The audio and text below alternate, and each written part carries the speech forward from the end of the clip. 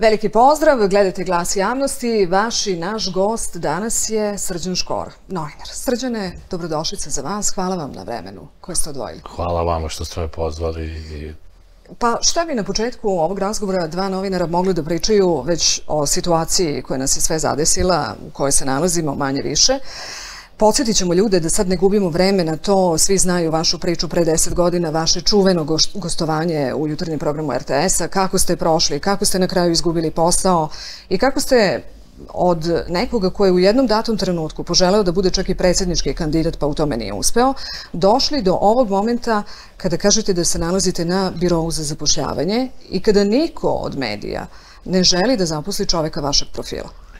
Pa, pazite, kad se to dešavalo pre 10 godina i to što sam ja ukazivao na nešto šta će nam uslediti tek i tako dalje, ja naravno nisam očekivao da će to biti tih razmera i da će to biti toliko loše, a još manje sam očekivao da će takve represalije biti iskazane prema meni, kako vam kažem. Ja nisam ušao u studiju RTS-a sa dve kašikare ili kalašnjikom i pucu i diznu studiju u vazduh, ja sam samo, kao i vama što odgovorio na pitanje naših kolega, odgovarao i izrazio sam određene sumnje prema toj tadašnjoj vladi Aleksandra Vučića i ljudi koji je on okupio i rekao da neke stvari neće na dobro izaći i to su, čak da kažem, ajde, to je blago rečeno jedna izražena sumnja.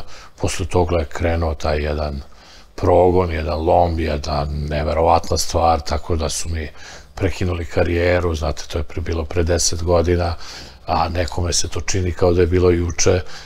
Vi ste, što je uništena karijera, vi ste svoj život doveli do potpunog besmisla, da vi u godinama kada najviše možete da pružite i date, vi ne možete nigde da se zaposlite, ne možete nigde radite, ne samo u struci, nego sam ja pokušavao i van struke, jer sam ja, nažalost ili na sreću, kako hoćete, postao lično prepoznatljiv u javnosti. Ali eto, baš to me zanima. Dakle, vi se pojavite negde i hoćete da konkurišete za radno mesto vozača. Da. I šta vam kažu? Zašto neće da... Pa kažu zato da neko ih ne prijavi, to su ljudi koji imaju licence, recimo ako rade za inostranstvo, ja sam pokušao da budem čak i portir, imate ove noćne portire, mogu još noću da sedim, gde su plate vrlo pristojne i tako dalje i retko je čak naći ljude koji su spremni da noću sede cele noći, ali jednostavno, kako vam kažem, ljudi se plaše nekoga ko bi mogao da navuče ili privuče nekoga da njima napravi neku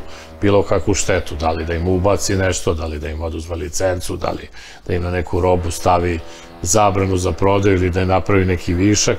To mi se dešavalo, ja sam i 2 knjige objavio, Vučić i cenzura i pobuna, to su mi isto pričali knjižari koji su rado hteli to da uzmu da prodaju, ali su govorili poslaćem inspekciju 2 nedelje da ne rade, ja izgubim pare da prodam sve tvoje knjige, ne mogu da to nadoknadim, da ne govorim o ovim mogućnostima, znači to su mi direktno govorili, neko ti razbije izlog ciglom, ovo ono kao nezadovoljan sadržaj i tako dalje. Tako da svako nađe za sebe neki razlog zbog čega nešto ne može, ovome, ovako, onako.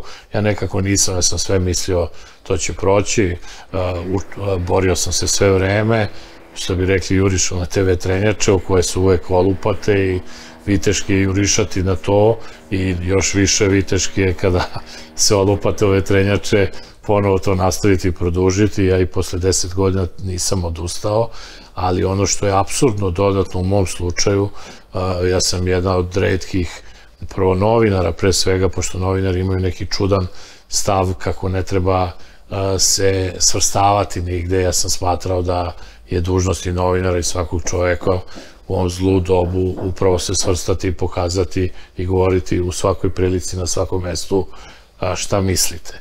Međutim, u tom smislu sam i podržavao i opoziciju i govorio da, izvolite. Hoću da vas pitam iz ove perspektive u kojoj se sada nalazite, je li vredilo sve?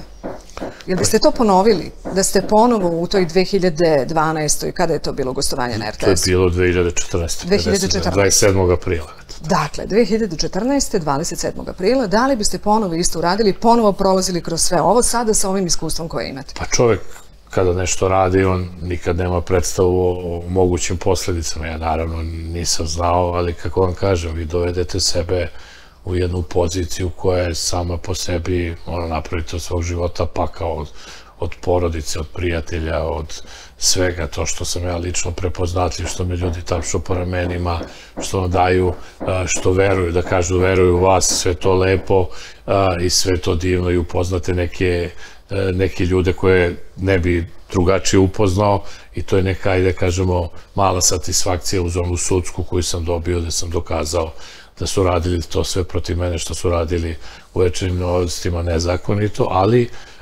kada vi dovedete sebe u neku poziciju da posle 10 godina, kako vam kažem, poželite, ima dana kad poželite da se ujutro ne probudite, jer potpuno vam je obesmišljen život. Vi sad uopšte ne znate koliko će ovo trajati. Ja znam da će to jednog dana proći, mi znamo teoretski da će pravda jednom izaći na videlo i pobediti. Ali je treba sačekati, da. Ali ko će to sačekati? Evo kažem, ja sam 10 godina, to kad sam radio, imao sam malo sedi, sad sam skroz usedeo, imam sada 60 godina, tad sam imao 50.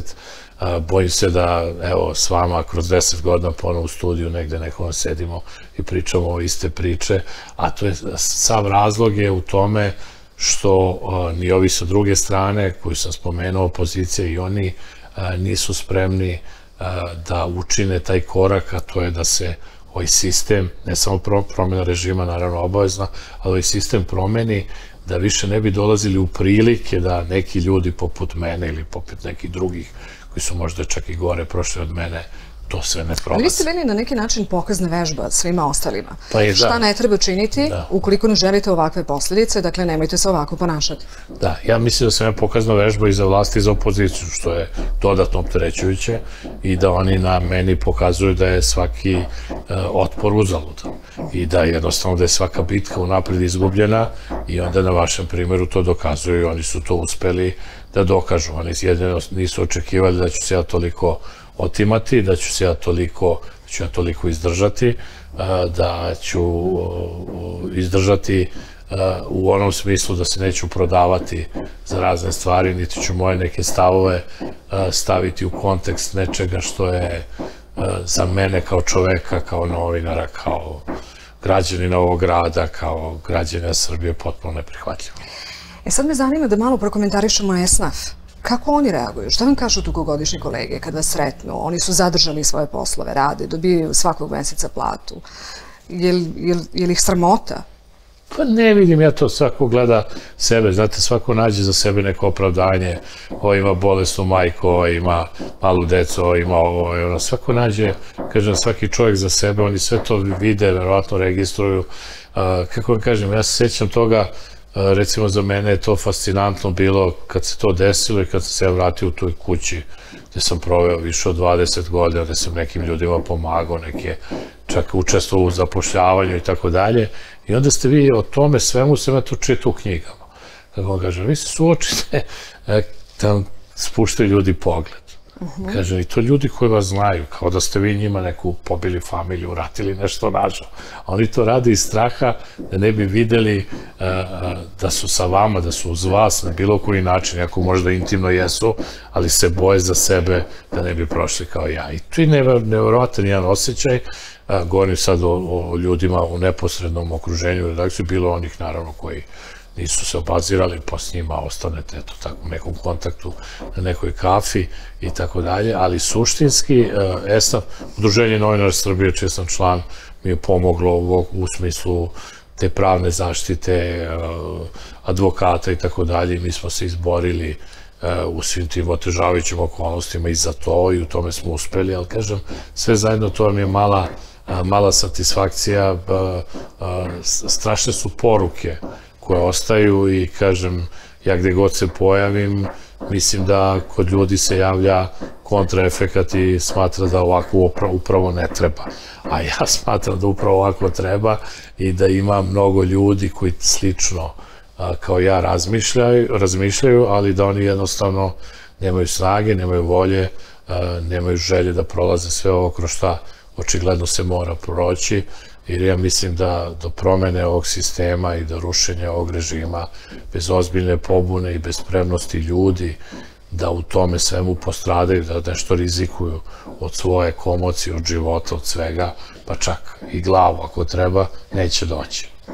To je danas nešto što deluje kao science fiction. Niko ne želi da prolazi kroz to, svi žele da zadrže poziciju u kojoj se nalaze, ali će sigurno među našim gledalcima biti onih koji će postaviti pitanje, pa dobro, ako vas neće u ovim vladinim medijima, zašto niste otišli na N1, recimo? Pa neće me ni tamo već nisam gostovao 2 godine zbog tih upravo kako oni to doživljavaju. Oni, kažem, kao i vlast što svaku kritiku kažnjava, tako i opozicija svaku kritiku ne prihvata. Znači, oni su tu potpuno slični u ponašanju i ophođenju. Ja, recimo, sam bio nekada rado viđen gost na svim tim televizijama, ali evo već 2 godine me nisu iz nekog, to je njihovo pravo da vas zovu ili ne zovu, kao što ste me vi pozvali ili ne, ali u svakom slučaju malo je čudno. Malo je neobično, naravno, znate i sami da ja čujem, imamo veze, kolega ima dovoljno koji ispričaju kako se to, kako postoji tamo liste, kao što sam zabranjen na tom RTS-u, kao što sam zabranjen mnogim vladinim i državnim medijima, tako sam... Hoćete da kažete da ne možete ni tamo više ni da gostujete, a kamoli da radite? Pa ne, evo, kažem, to dokazuje ove protekle 2 godine, kad sam ja iskazao jednostavno uputio jednu kritiku da jednostavno nedopustivo je posle 12 godina gubiti na isti način od iste vlasti, padati kao na jednom ispitu koji padate, polažete što znači ili ga nauči ili menjaju fakultet ili daj da menjamo ljude, nešto mora da se uradi. Eto, jednostavno to je neka elementarna logika. Problem je što oni neće ništa se promeni, njima odgovara ovako kako im odgovara, oni ne priznaju, za njih su žrtve poput mene opasnost, zato što sam ja vrlo neugodan i gadan svedok, pošto sam bio učestvovao u raznim nekim stvarima za koje znaju oni da sam bio i znaju kako bi svedočio i na koji način o svemu tome, i to i ako me pita neko, to i činim, i u tom smislu oni vas doživljavaju kao konkurenciju, umesto da vas prigrle, kao što sam ja njih prihvatao, kažem, u vremenu kad sam ja prilazio u tom političkom smislu opoziciji, s njima niko nije hteo da sedi javno da pije kafu. Do te mere su građani bili razočarani, ja sam verovao da to mora nekako ponovo da zaživi, da su oni izvukli neke pouke iz prošlosti i da neće praviti te iste greške, međutim ja sam se o tome prevario i vidimo, svedoci smo da onaj proces zamajavanja koje čini vlast, ništa manje taj proces ne obavlja i ova najveći delom opozicija koja se ponaša kao da nije odavde, i ja se bojim da mi sad pred strancima i pred svima imamo jedno interno takmičenje između vlasti i opozicije ko će biti veći izdajnik i ko će naneti više zla ovoj državi i ovom narodu, a ja u tome, pravo da vam kažem, kao čovek jednostavno, bez obzira na sve teškoće, niti umem, niti mogu da učestvujem. To nas sad dovodi do dnevno-političke situacije i do činjenice da su nam blizu ovi izbori kojih će možda biti, možda neće biti, još uvek se to ne zna. Kako vi na to gledate? Hoće li ih biti? Da li će biti bojkote izbora? Koliko je to dobro od strane opozicije? Pa naravno da nije dobro kad tražite, pazite, ja sam isto bio jedan od retkih tih javnih ličnosti koji je opoziciju 2020.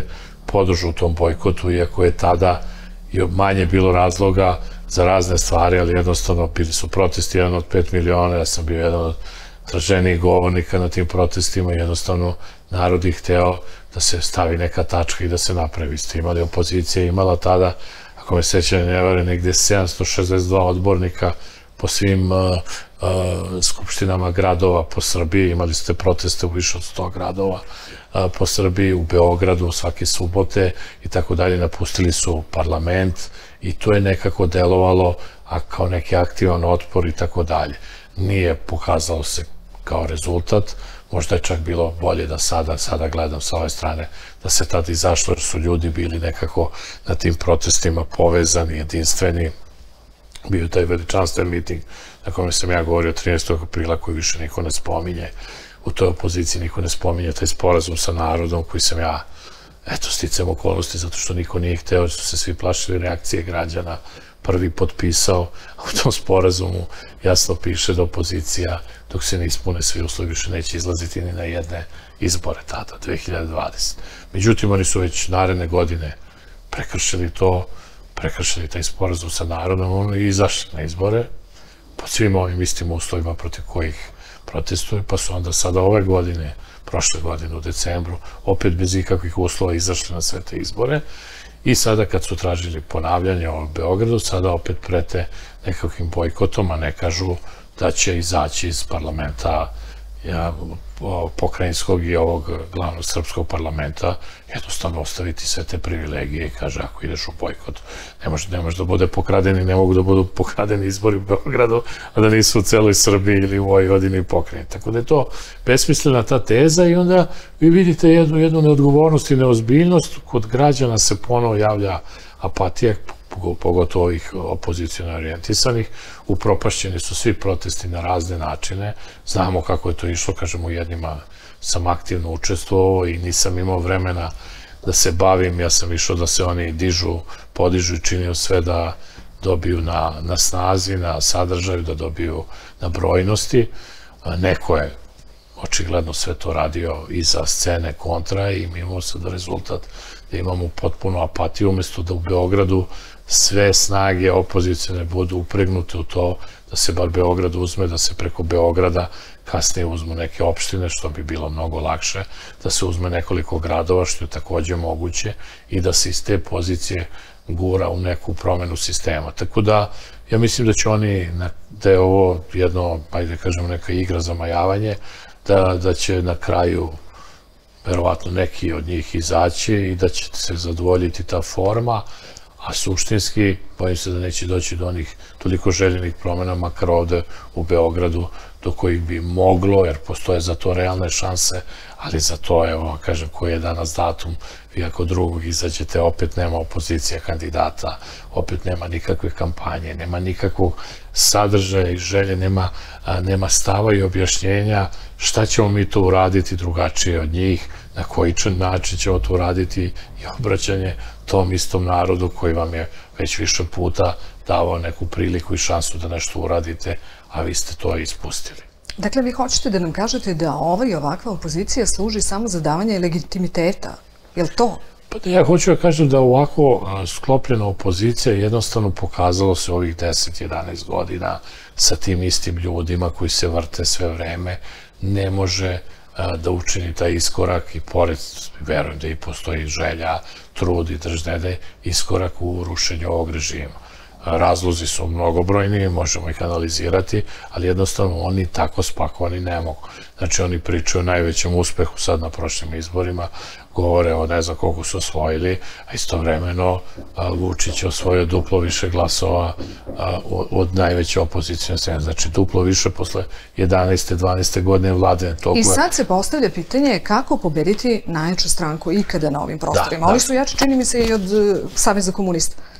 Pa kažem, kako pobediti, mislim da nije problem pobediti ako vi ponudite prave ljude, ako napravite pravu atmosferu, ako jednostavno sada nemate više izgovora za to da nema sredstava, mora se uloži ozbiljan novac u kampanji, moraju da se ljudi profilišu, da ti ljudi koje vi nudite, to je kao na nekoj tržnici, pijaci, ako vi imate kvalitetnu robu, pa svako će doći kod vas da je kupi. U tom smislu će privući ljude, a imate tu opozicionu scenu raznoliku, ali ne možete nuditi ljude koji jednostavno ne mogu da probiju te barijere, koji jednostavno u Srbiji su opanjkani, o njima vlada loše mišljenje i te ljude, mesto da isklonite neki u prikrajaka, izgurate i stanete iza ljudi koji i tekako mogu da iznesu tu bitku i da, bez obzira, ne da se bavite to da li će Vučić da bude nosilac ovako, nebitno, možda bude koliko hoće, nije on toliko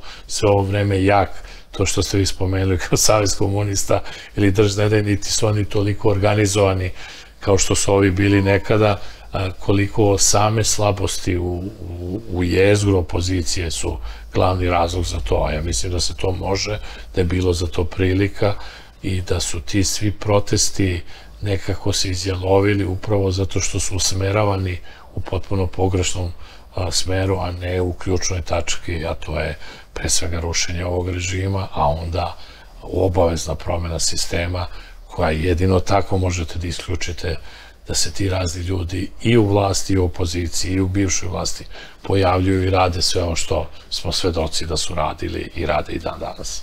Ako je to sve takvo kao što kažete, da li to dovodi do toga da čitava ova situacija može iz političkih institucija da zapravo izađe na ulice? Da li će se to ponovo desiti? Pa može ako za to postoji, za sada ja ne, ako postoji atmosfera, postojala, sećate se posle Ribnikara, Dubona i svega ovo što se dešavalo. Vi ste imali 150-200 hiljada ljudi na ulici, ali oni su se bavili, su gurali ljude u REM i ovo, a narod je vikao, hoćemo smenu Vučića, i oni mjesto da su gurali tu priču, oni su gurali u nekom smeru koji je, uzeli su od toga Srbija protiv nasilja, jedino što su uzeli, to je, ajde da kažemo, taj zajednički imenitelj i ništa više, i to je stalo. To se izjelovilo, ljudi su vidjeli da nema ništa, razočarani ovakvi, onakvi, sa ovim ili onim težnjama, i jednostavno, kako vam kažem, i kad godinama to radite, kad godinama iz raznoraznih razloga, naravno svi spominju ovu krađu, otima, krade se sve vreme. Mislim, na izborima, to je jasno, ali kako vam kažem, vi pristajete na tu krađu, ne možete vi da ne pristajete na krađu u Beogradu, a da sedite u parlamentu sa ljudima i da priznajete te rezultate koji su nastali kao krađa. Jer i vi koji sedite kao opozicija, vi ste taj rezultat je nastao na osnovu krađe. Ali oni kažu, ako izađemo iz parlamenta, niko neće znati za nas, niko neće čuti za nas, imat ćemo problem da se predstavimo. Pa šta imaju od ovoga sada? Tako je bilo i prošli put kad se išlo u bojkot, isto su pričali da je to kao neka govornica, da će neko pratiti, onda se žale što ih ovi kažnjavaju, oduzimaju reči, šta je na kraju postignuto, ništa. I onda su izašli isto iz parlamenta, predržne, jer nisu mogli ništa u samom parlamentu da uradite. Znači, hoću da kažem, oni ne dobijaju ništa ti svojim nastupima, nego ozbiljni ljudi postavljaju pitanje kako ti možda sediš u istom parlamentu na osnovu lopovluka do koga je došlo na ovim izborima. Znači, ako nećeš to u gradu, ako sada tražiš bojkot kako može da važi u Republici ili u pokrajini, gde niko ne spominje da je Vučić dobio više od 60%, što je stravično. I sigurno ne bi dobio da su se bavili pokrajinskim izborima na način na koji je trebalo. Tako da, hoću da kažem, za mene je to neshvatljivo, ali očigledno oni imaju neke svoje interese, kao što vlast ima svoje interese, i vi vidite kako mi kao država, kao društvo, mi se rastačemo, mi propadamo, mi se geografski sužavamo, nama se otvaraju razne teme, poput ovih sada genocida i svega, vama će nametati se razne neke stvari u ovom narodu, a da se pitate zbog čega. Zato što jednostavno nije u stanju da se izbori na pravi način sa nekim problemima. Vi ste spomenuli te institucije, vi nemate ozbiljnu instituciju gde se može voditi bilo koji dijalog. Pogledajte, vi posljednji dijalog, malte ne predsedava američki ambasador i sedi na dijalogu između Skupštine i Srbije, to je vam pamet. Zašto bi on sedio, na koga on to sad treba da utiče, pa onda on daje izjave da li ti treba bojkot, ne treba bojkot i tako dalje, na koji način, mislim, potpuno žalosno. A to sve opet govori da smo mi ušli u status neke kolonije, da se nama upravlja na način na kojima se upravlja u koloniji i da jedni isporučuju ovo, a da ovi koji hoće da smene ove na vlasti koji to isporučuju kolonijalnim upravnicima se nude da verovatno više isporučuju, a ne da se to zaustavi. Jer, kažem, jednostavno mora da se prekine taj lanac svega ovoga lošeg što se dešava i da kažete ovo su crvene linije, ja preko ovoga ne prelazim. Moraju u politici, ja sam se uvek zalagao i u životu i u politici, moraju postoji neki principi koji se mi držimo kao ljudi, kao zajednica. Čim se pređe to, čim toga nema, onda postaje ovo i zato se ljudi gade politike, jer se sve svodi ono da izvinite na kurvanje i na prostituciju. Onda to više nije, ako vi nemate, ako je sve pitanje cene i interesa, ko će se za koliko para prodati, onda u čemu mi pričamo. Ali čini se da se sve to prelilo i na kompletno društvo. Dakle, imamo takvu atmosferu u društvu. Jeste, nažalost, pa pogledajte, evo kažu mi, ja nemam prilike, nemam mogućnosti, ali kaže vikendom treba zaviriti u avion, eto, vi ako imate prilike ili neke televizije za Dubaj, redovnu liniju i da vidite ko tamo ide na vikend ture, ko tamo šalje ćerke, majke, decu svoju na prostituciju ili što oni govore, zabavu, fino i tako dalje, i na koji način to funkcioniše. Eto, to su nekoliko mi je prijatelja koji su imali prilike to da vide, ukazali, to je samo jedan segment. Drugi segment vam je da imate potpuno jedan svest naroda, imate posvađane roditelje koji su izgubili decu u Ribnikaru i ove koji nisu i koji nije briga mnogo, nego oni gledaju za svoju decu da obezbede što bolje uslove u toj školi. I šta nam to govori o nama kao društvu? Pa govori da smo mi razoreni, da smo jednostavno razoreni, da je to, kako vam kažem, dugo traje, da mi nismo, niko nije odgovarao za to. Znači, od Titovih vremena, ovo što ste govorili, Saveza komunista, niko nije odgovarao pod Miloševićih, pa post Miloševićih, pa ovo. I onda kad vi imate da ljudi ne odgovaraju za sve što loše što urade, onda što bi, vi ne postoje granice u lošem. I onda vi težite ka tome i onda se ljudi gledaju, sad izađemo na ulicu, pogledamo kako žive kriminalci, polukriminalci, kako žive ovi koji su bliski vladajućim strankama, kako žive pojedini opozicioni lideri koji glume žrtve nekakve, a faktički nijedan im biznis nije zatvoren, oni se bogate samo na drugačiji način.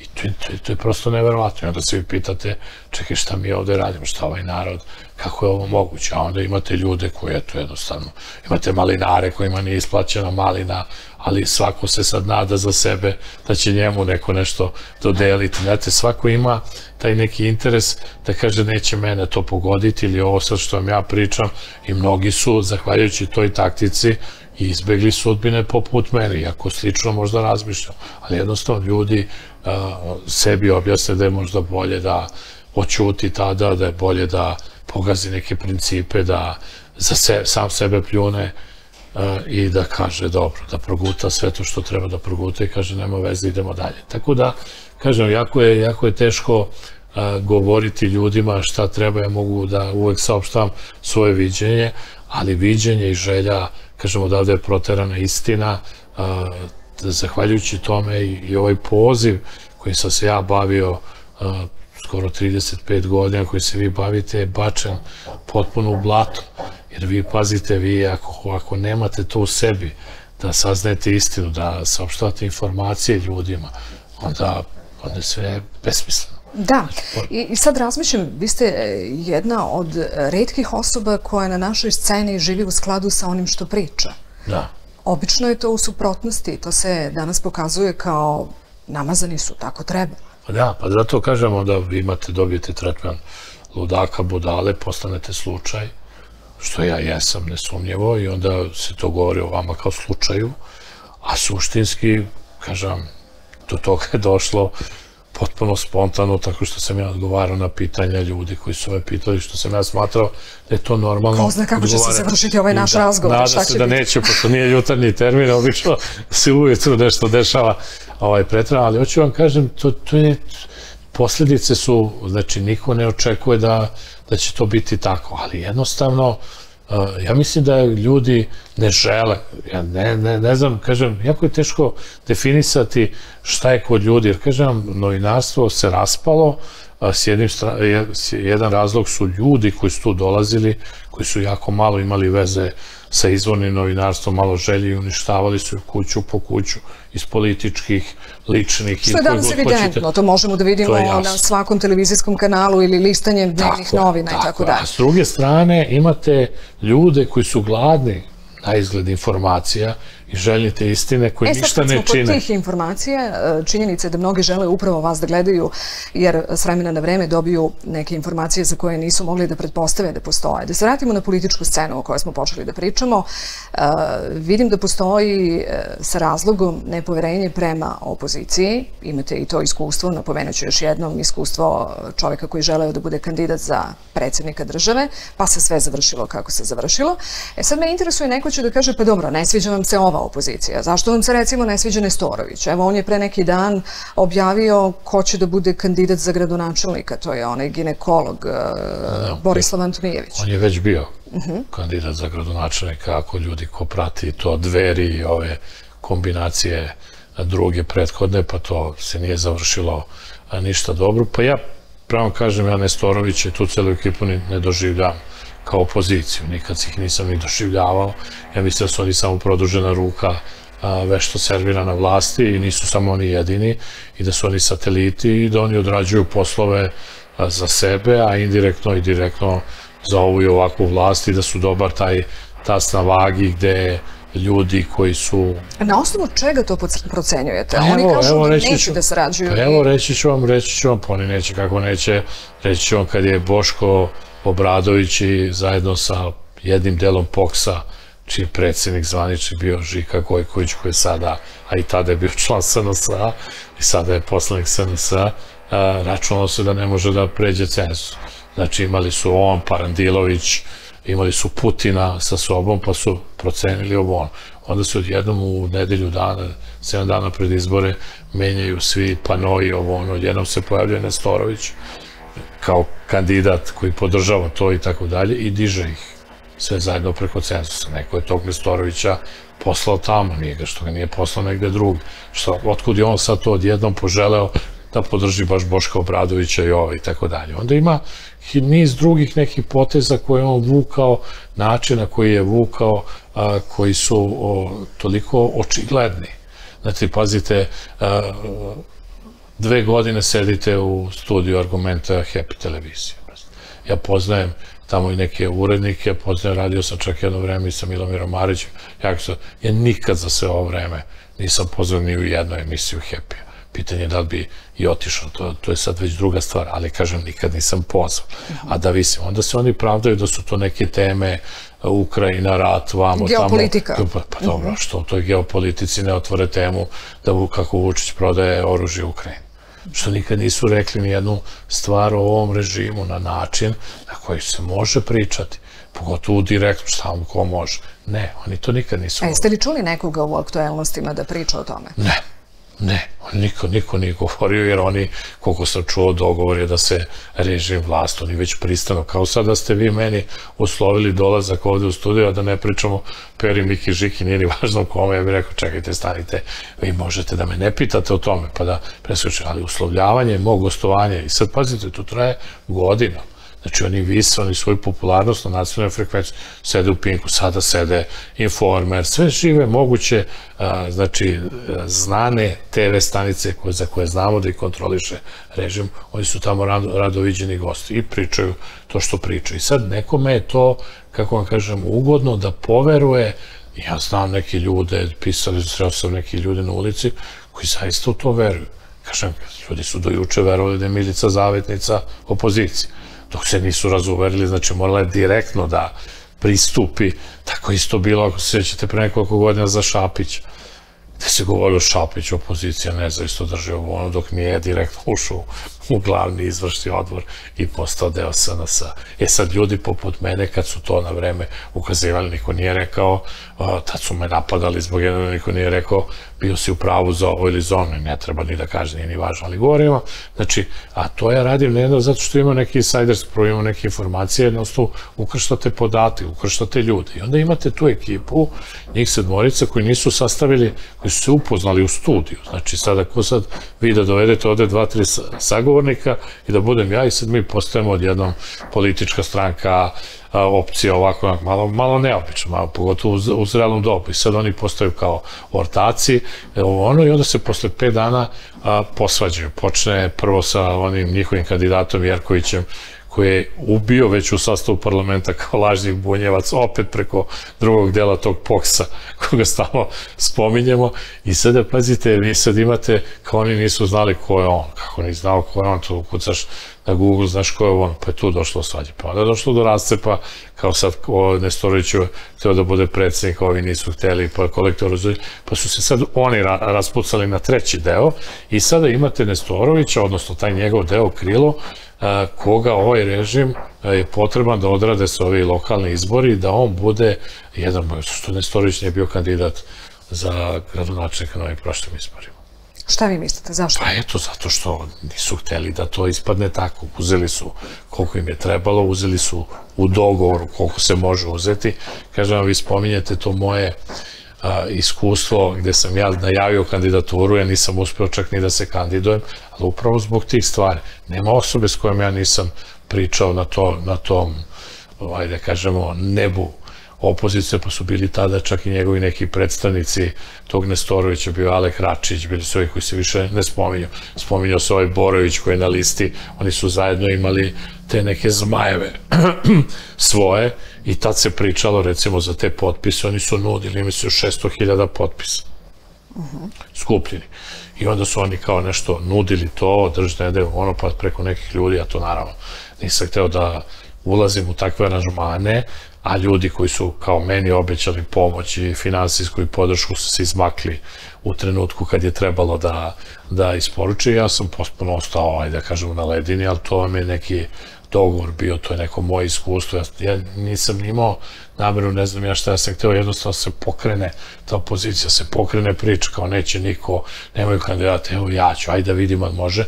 Međutim, njima to nije odgovaralo, jer mene ne mogu na taj način da kontrolišu, ja neću da ulazim u aranžmane, da mi Vučić skuplja potpise ili Šapić ili ne znam ja koji da mi to daje i da ja to posle moram da vraćam na različite načine kako već to funkcioniše među njima svima, a to vam je taj sistem. E sad, znači, Nestorović i ova ekipa imaju zadatak da tamo gde je Vučić slab u svim ovim segmentima o kojima govorimo, u nekim opštinama, u nekim gradovima, budu upravo ta alternativa. Jer pazite, kad neko izađe i kaže nećemo ni sa kim, to je u redu, kao neki stav, ali ako bi trebalo, prećemo da idemo uz vlast nego uz opoziciju, onda tog trenutka vidite da nešto nije u redu. Oni su mogli sa glasovima koji su osvojili da su hteli kakva god bila opozicija. Znači, evo ja i u ovoj emisiji i u mnogim drugim imam mnogo zamerki, ali vi stanete tada i oborite ovu vlast u gradu. Oni to nisu uradili. E sad, postavlja se pitanje zašto? Zašto vi to niste uradili, a mogli ste, što niste uzeli Beograd i mogli su toj opoziciji isto da uslove da bude Nestorović ovo i da bude ono. U jednoj sličnoj emisiji, evo ja ću vam reći, ja sam jednom samo gostovao baš upravo sa tom Milicom Zaveticom u duelu na K1 televiziji, gde se mi direktno u emisiji kad se nije smelo progovoriti rekao po kojim osnovama, kako ona radi za Vučića, to je bilo pre, eto koliko ima, više od 2 godine.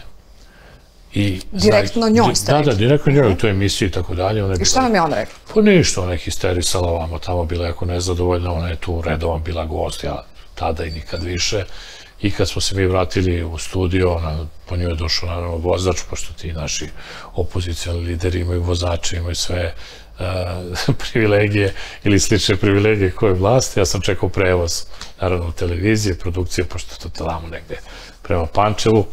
I u tom trenutku ulazi Dušan Bajatović iz SPS-a, znači to je pred te izbore kad sam ja još egzistirao kao neki mogući kandidat i pozdravlja se, ja ga prvi put vidim u životu i pita što je ova tužna za Milicu i onda ove voditeljke, urednice, kao eto ona je Srđan, kao gospodin Srđan rekao da radi za Vučića u Bonu. Pazite, znači na to, Bajatović, znači pred svima, bilo je svedoka, kaže, Bože, pa šta je to čudno. Znači, nama je, kaže Vučić, nudio Milicu da je uzmemo za te izbore SPS-u. Mi nismo hteli, mi smo hteli Nestorovića, a Nestorovića nam nije dozvolio. I u jednoj rečenici, jedan čovjek, visoki funkcioner SPS-a, vam kaže kako se taj predizborni, izborni, kako se inženjering obavlja, ko hoće da to skapira i da nauči. Tad su meni bilo ono jasno kako te stvari idu, posle sam ispratio neke događaje, posle vi pratite te ljude, slušate šta izjavljuju, zašto se zalažu. Evo, pogledajte, oni su govorili Nestorović, ratna privreda, Kosovo, pa te rat, pozivom, pa gde su nekog pozvali, su organizovali neki protest, su uradili bilo šta, su otišli na Jarinje, rekli mi ne damo ovo ili ne damo ono, a sve to priča za malu decu. Tako da vam kažem, meni je jasna njihova struktura, jasno mi je kako su došli, sad su došli do ozbiljnih para, ovi sad pričaju kako su prevareni, pošto je sve na račun stiže Nestorovića, sve pare od svih ovih poslanika, ovi će verovatno koristiti Vučiću da malo ovoga spuštaju tamo gde bude trebalo Nestoroviću, ako ovi pomisle da vrede mnogo više nego što vrede i onda će to tako da se niveliše i tako se to radi i tako to rade ljudi kad vi uđete u te strukture svega toga tipa ko što je PSG, čiji sam ja bio nekad član predsjedništva, znači nije tajna, rasturio bojkot. onda. Znači, bojkot na koji su se obavezali i mnogi drugi, evo sada Miloš Jovanović važi za nekog opozicionara, on je tada izašao isto kad je opozicija proglasila bojkot. I onda imate dokaze koji nikad nisu demantovali da je to PSG-u preko Šapića Vučić skupljao potpise. Da su imali na listi ljude koji su SNS.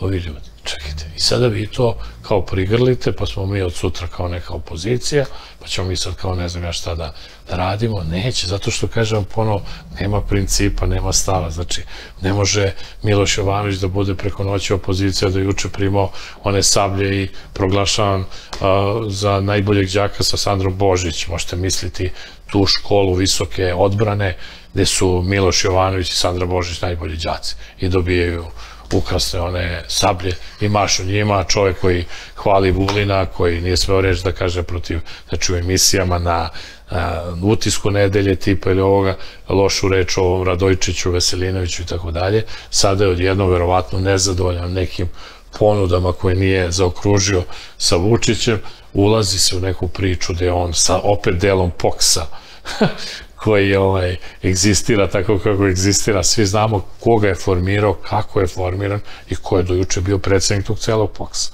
Znači, čovjek koji je na listi sada SNS. Znači, potpuno vam pameti. Vi kad to sve stavite, onda čovjek kaže, vi sad kad mi pričamo i neko mi privatno i ovo... Tako izgleda da nema uopšte alternative. Pa ne vrlo je malo ima.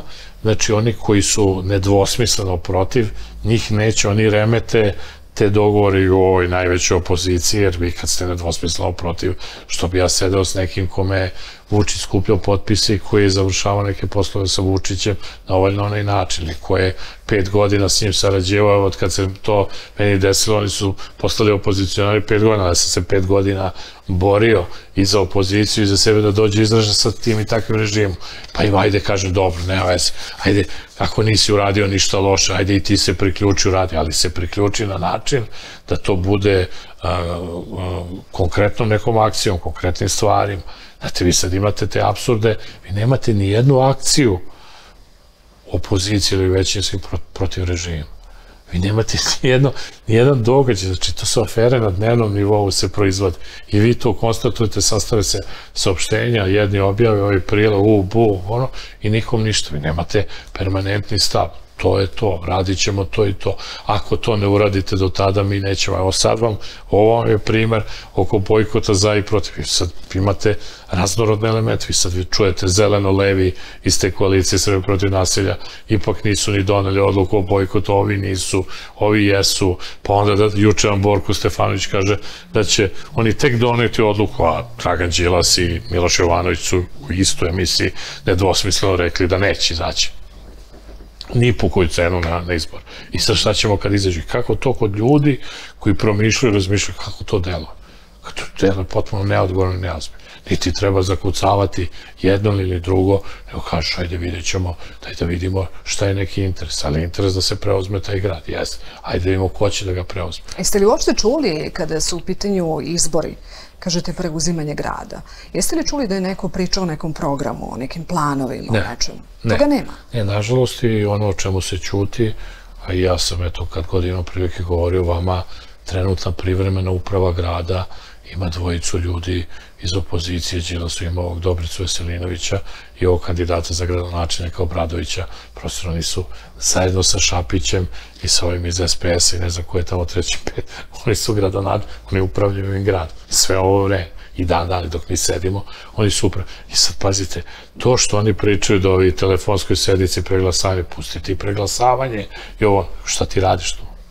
Šta ti radiš tu 5-6 meseci? To je tvoj posao. Ti svaki dan treba da izneseš aferu, ovo, ono, da kažeš ne, mi nećemo ovo raditi, ili da izađeš iz toga i da kažeš neću u tome da učestvujem. Jer sutra, kad neko bude podao prijavu, neće prijava biti protiv Šapića, biti protiv privremenog veća, za sve nepodopštine što su sad u ovom intervalu uradili, pa će kaži, onda ti idi kod sudije pa objašnjavaj kako ti je neko preglasavao na telefonskoj sednici, šta si ti radio. Znači, to je to poenta. I onda drugo, ono što stalno govori, šta ćeš ti uraditi, ko je, znači ovo su, pa ste svake godine menjaju kandidata. I sad za svakog kažu ovaj najbolji. I onda na kraju ne valja ovo, ono, drž da je razočaran, idemo dalje. Nemaš svake godine da imaš nekog kandidata za gradonačelnika i onda doživiš neuspeh i onda aj sad, evo sad opet, sad dođete, izlazimo na izbore, ko je kandidat?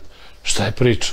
I gradski problemi su uopšte u drugom planu. To nikog ne interesuje, izgleda. Pa ne, naravno, zato što na tome jako teško možete da animirate ljude. Od toga beži čak i vladajuća garnitura. Evo jedino što smo čuli, Šapić je napomenuo da želi da premesti grob Tito. To je negde, eto, kao delovalo koliko je to njegov posao, koliko je to civilizacijski čin. Ma dobro, sve sumano to prvo, ja ne znam, prvo ima i ti priča, treba prvo utvrditi da li je Tito uopšte tu. Pa onda dalje nešto primeniti. Ali to govorim vam o besmislenosti, znači zašto oni nameću te neke teme, pa se onda deli javnost, pa onda nacionalne teme, pa ono, zato što vi ne možete na kanalizaciju u Borči okupiti ljude, osim ljude koji su neposredno zainteresovani. Tu nema, kako vam kažem, nema zarade, ali zato, recimo, evo, vi nemate ni jednu akciju opozicije protiv toga da se širi Beograd na vodi. To sad više nije Beograd na vodi. Oni će sada krenu prema hramu Svetog Save. Znači, Beograd će se pretvoriti u Beograd na vodi, ja verujem da će se rušiti sve živo da će graditi. Niko ne kaže, čekaj, bre, ste vi normalni. Pa ste vi nemate normalnu železničku stanicu, nemate normalnu autobusku stanicu. Jedina predstavnica u svetu da se gradi, obećava priče o metrovu, o izgradnju, ništa od toga nema. Znači, vi imate preduzeće, gradsko, metro u osnivanju. Pre 2 godine su delili ove karte u kampanji od metroa. Pravili su stanice lažne, razumete slike. Znači, potpuno, znači, Beograd je Srbija u malu. I sad ovde je skoncentrisalo sve. I sad ako vi nemate 1-5 tema, a kažem, kad vi im kažete, oni neće da se pokrenu, nije to samo krug dvojke. Vi ne možete da pobedite u Beogradu, a da ne osvojite 20-30% u Obrenovcu, Lazarevcu, ne znam ja, tamo Mladenovcu i tako da pobodim. Ti ljudi nisu videli. Tamo opozicija ne zalazi kao u mnoge gradove po Srbiji. Oni idu, prošetaju se i nikom ništa. Nije to bitno. Možeš boriš, možeš pronađeš ljude koji predstavljaju nešto u tom gradu, a ima ih. Nije lako tim ljudima u malim sredinama gde se zna svako ko je ko, ali možeš da ih pronađeš, možeš da ih probereš, možeš da im daš podršku. Sad imaš i sredstva, znači možeš da im daš i sredstva. Ali to se ne radi i to jednostavno prolazi, je to tako, neki odbor, neki ljudi, ajmo, održimo nešto, drugo, možete voditi Sveti dijaloš, možete voditi tribine, morate voditi jednostavno da ljude ohrabrujete na razne stvari. A kažem, u Beogradu to možete da radite putujući gradskim saobraćajem. Šta je fali? Sednete u autobus, odete u Sremčicu, sednete u autobus i sve to snimate. I šta pričaju ljudi, i ko, kako, i zašto, i šta gledaju. I odete i vidite onda koje su, upoznate te ljude, a i oni vas koji su ti problemi. Sad, to je potrebna organizacija, za to su potrebna neka čak i minimalna sredstva, a pre svega najviše potrebna dobra volja koju ja, nažalost, ne vidim. Sve jasno, skoro sat vremena traje ovaj naš razgovor. Htjela sam puno toga da vas pitam. Biće za to prilike, verovatno nekom drugom prilikom, ali hajte samo za kraj da ne propustim to. Situacija oko Male Danke, izveštavanje, kako ocenjujete? Pa katastrofalno. Kažem, ja sam dugi niz godina u svojoj karijeri novinarskoj bio i urednik Crne hronike, te takozvane koje se bavilo ovakvim slučajima i znam šta je, ali to nikad, znači u dugi niz godina niti sam kao novinar, niti sam kao urednik, iako je bilo tužbi i raznih stvari, to su osetljive teme, imate raznih ludaka, kriminalaca, ovakvih i onakvih pretnji, šta sve ne doživljate u toj karijeri, ali nikad nisam odgovar, mislim, išao sam na suđenja, nikad nisam osuđen. Znači, šta je za mene poražavajuće? Poražavajuće je prvo da novinari vode istragu, da novinari utvrđuju činjenice, da vi, zašto je kriva država, policija. Znači, na primjeru Male Danke vam je primjer kako smo se mi rasturili kao društvo. Znači, vi nemate 2 inspektora, evo, tvrdim, potpisujem iz vremena kad sam ja to radio, znači, koje su stručna i malo ljudi sa strane forenzike, ono to utvrđuje za pola dana. Znači, obezbedi se mesto, tamo nema kretanja, tamo nema šta da ide da priča predsjednik Republike, šef BIA, načelnici za organizovani kriminal i šta ti ja znam, nema izjava dok se to ne saopšte. Znači, vi ste imali prvog dana situaciju koja su kola ulazila, mala sredina, zna se ko ulazi, ko izašao. Jesu udarili oni to dete kolima, mogli ste da utvrdite se na kolima, dovedete ih 2 dana u policijsku stanicu, oni ispričaju ne to, nego gde su bili svaki dan svog života. Priznali bi da su ubili Franca Ferdinanda, ako treba. Šta god hoće, znači, ali vi šta sad vi vidite iz toga da su davili dete, pa su bacili ga na đubre, pa sa đubreta ga prebacivali, to sve znamo kroz novine. Mi nemamo, tela nema. I sada vi to možete da objavite kada se izvrši obdukcija tela, pa da se utvrdi da li je stvarno to dete mrtvo bilo kad su ga udarili ili je postradao ili nije. A sad pazite, vi imate sve vreme priču o trgovini, imate novinarske ekipe koji se šalju u Beč, tamo neki Rumuni, viđena mala danka. I sad šta je poenta cele stvari? Što se videlo ovaj režim, to vešto, videlo se da je to čitabl, da se ljudi, jednostavno zato što je malo dete u pitanju, da su osjetljivi i onda se to razlači, kao za ovu pevačicu iz Boča. I onda predsjednik saopštava, danas imam nove podatke, ovo će ovo, ono, sve to je vam pamet. Znači, to se izađe, zatvori se istraga, izađe se saopštenjem i tačka. Mediji što mogu da iščačaju sa strane, mogu da odu kod familije, mogu da čuju ovo ili ono, ali da oni vode istragu, da je ovo je ono, pa da je majka trudna ovako, pa da je bila na poligrafu, onda se ispostavi da nije, pa da je pala na poligrafu. Mislim, ludosti, pa emisije posvećene tome, pa neki nazovi stručnjaci koji to tumače, to je jezivo. Jezivo za tu sredinu, jezivo za tu porodicu, pa onda ovaj policajac koji priča o vlasima, o niskoj inteligenciji ovih ljudi, i to je, kako kaže, potpuno nenormal i po tome vidite koliko smo se mi iščašili kao društvo, kao sredina. Jednostavno, kažem vam, to se pokazalo na primjeru Ribnikara, to se pokazalo na primjeru Mladenovca i okoline gde se sve to dešavalo i vi vidite da sredina jednostavno da je to nenormalno ponašanje koje neko forsira, gura kroz medije i vi sad svaki dan imate uključenje u Dnevniku gde oni sad idu pretresaju, ne znam ja koja sela tamo u okolini, ako su oni priznali gde je to bilo, kako je moguće, što sad vi tražite u nekom selu koje je potrebno, šta vi pretražujete, o čemu se tu radi. Mislim, hoću vam kažem, ima 1000 pitanja, ali po meni, nažalost, odgovor je da se drži neka tenzija, da se ne bi pričalo o mnogo ozbiljnijim problemima, da se ne bi pričalo o Kosovo i Metohiji, da se ne bi pričalo tako vam o Rafalima, o ovome, onome, koliko smo prodali oružje u Ukrajini, da li je na Belgorodu te granate što su pale, utvrđeno da su naši i tako dalje, koliko ljudi strada i niz ovih stvari o tome što će da donesu tu rezoluciju o genocidu, ko hoće, kako hoće i način i onda se to sve pakuje i vi naduvavate događaje. Evo, setite se, ja se sećam kad je predsjednik Vučić iznao, rekao je za 3 dana da zna sve o ko je ubio pevačicu u Jelenu Marjanović. I koliko prošle godina? I ništa.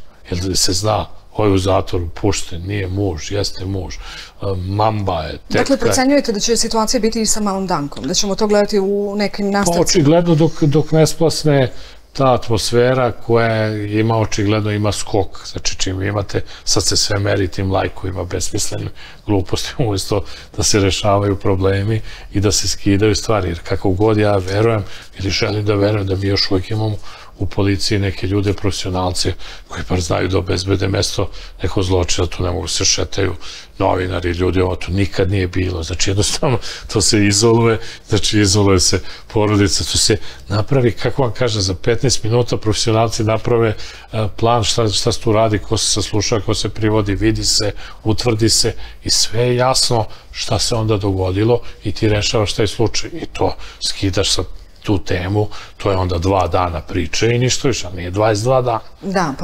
pominjete profesionalce, gde smo tu mi novinari? Pa isto nema profesionalaca, znači vama nema, znači u vreme kad sam ja učio, počinjao kao klinac i ono, bilo ovih starih ljudi, pa su počeo, nemoj ovo, nemoj ono, ja mislim da sad više nema, ja mislim da nema čak ni želje kod ovih mladih ljudi, nego oni rade što im se kaže. I onda im naredi, daj mi nešto, nije bitno šta. Čitanje sa idiota na televiziji. Daj mi nešto ekskluzivno, dođe, ne znam, ne može da nađe, onda izmisli. recimo izmisle događaj, onda wow, kao vidi kako je to skočilo sutradan, kažu nije to, nego je nešto sledeći. To kažem, to je postalo potpuno, ja pamtim, nažalost. A što to govori o ljudima koji prihvataju da tako nešto rade? Dakle, kada ste vi novinar i neko vam dođe i kaže moraš da uradiš to, a to se kosi sa svim stavovima koje vi imate. Potpuna degradacija, kažem, evo vi ste u tom televizijskom novinarstvu u moje neko vreme, radio sam i na radio, vi niste mogli da nastupate na radio programu, a da nemate foničan glas. Znači, to je bio predoslov, kao što u novim pisanim medijima niste mogli da budete nepismeni. A sada se to dešava. Mislim, sad uopšte nije važno, niste mogli sa jakim akcentima ovim ili onim, niste mogli da govorite na televiziji, niste mogli nastupati. Kažem, postoje neka pravila, jednostavno te profesije.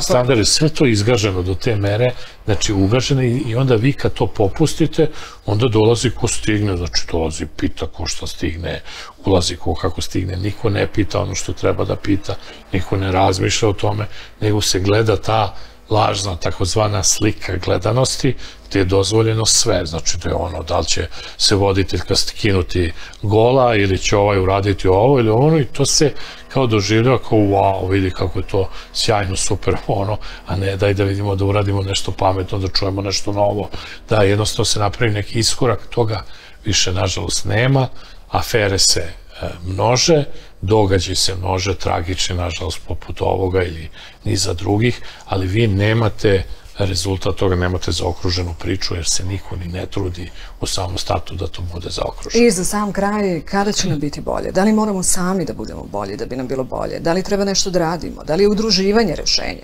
Šta da se radi? U svakom slučaju, da bi nam bilo bolje, mi moramo da se pobrinemo i da se potrudimo da nešto uradimo da do toga dođe. Mi ne možemo da se pravimo da nismo odavde ako mi nismo lično ugroženi ili ako nam ništa ne smeta, evo kao kakve vi ili ja veze imamo sa Borom ili dole sa to da ne možeš da kažeš da je to super što se radi ili sa nizom nekih drugih stvari, znači kao ljudi da moramo se potrudimo i u tom smislu udružimo, organizujemo, pogledajte kako su ljudi počeli po ovim Novom Beogradu, po zgradama, oko i parkića, oko svega, počelo je to neko samoorganizovanje ljudi ili ovi što su privodili ove i SNS tamo na Voždovcu, ovaj profesor Kalajčić i ove, da im ne daju dakle on telefoni, šta radite, snimate i tako dalje. Znači, počelo je to samoorganizovanje, to nije dovoljno, to mora da se digne na neki viši nivo, pogotovo vezano za ovaj Rio Tinto, za zagađenja. Pazite, ako vama kao čoveku ne smeta da vas neko truje, da Beograd bude danima, nedeljama, mesecima najzagađeniji grad u svetu.